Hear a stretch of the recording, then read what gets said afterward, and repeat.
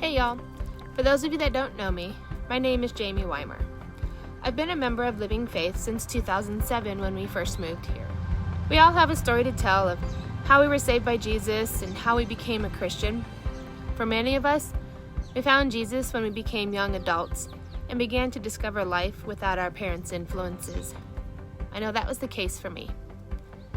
Some of us became Christians and got to know Jesus as we were children. And then for others, it took a little longer. Everyone has their story though, and it's important. Some of us though have a second part to the story.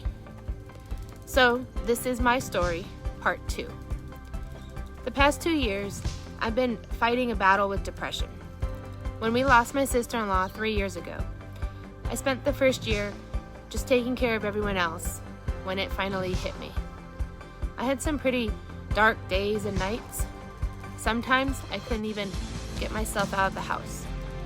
There were some days when I wanted to end it all, and to be honest, I almost did.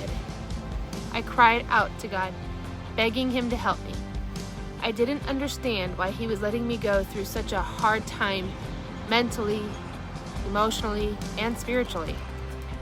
Then I would sink even further into depression because I thought God just forgot about me or didn't care.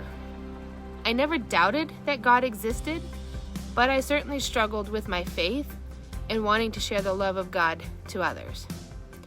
I struggled for months to fix myself on my own.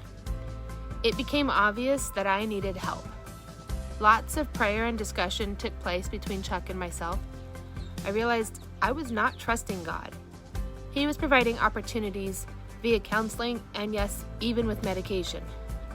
I had to remind myself that God loves me, that God has a plan for me, and He wants me to tell my story. Our stories can be used to help others, they can be used to encourage and to give hope.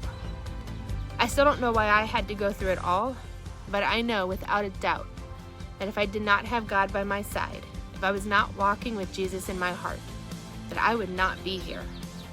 God is greater than the highs and lows, and it took a whole new chapter of my story to fully grasp that.